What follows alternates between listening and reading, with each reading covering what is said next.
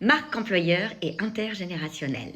On pense, et à tort, qu'on devrait dans l'entreprise avoir plusieurs marques employeurs puisque faut attirer différentes générations qui ne viennent pas travailler pour les mêmes raisons. Le premier risque, et non des moindres, c'est de fragmenter votre culture interne. Ça veut dire que vous allez faire travailler des gens ensemble alors qu'il n'y a pas une culture qui est commune. Donc c'est pas bon. Néanmoins, quand on regarde de plus près, on se rend compte qu'ils ne sont pas si différents que cela.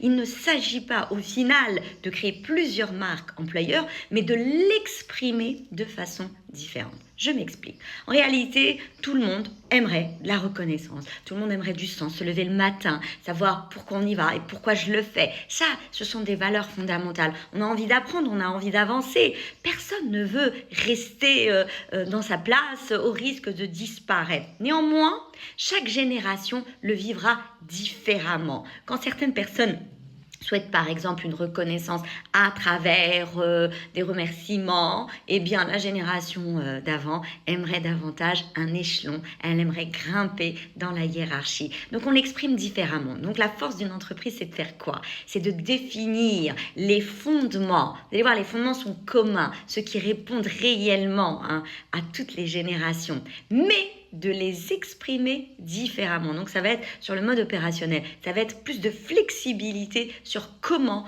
on exprime cela. Donc je vous ai donné l'exemple de la reconnaissance. Maintenant le manager, il joue un très très grand rôle. Moi je l'appelle le traducteur intergénérationnel. Pourquoi? Eh bien parce qu'en fait, on va dire la même chose, on va le dire de différentes façons. Donc ce sera à lui d'arriver à trouver la meilleure traduction pour les différentes générations qu'il est en train de manager. Vous verrez qu'ainsi, vous n'allez pas créer une entreprise que vos seniors ou la génération Y ne reconnaîtront plus et également, vous continuerez à attirer des jeunes.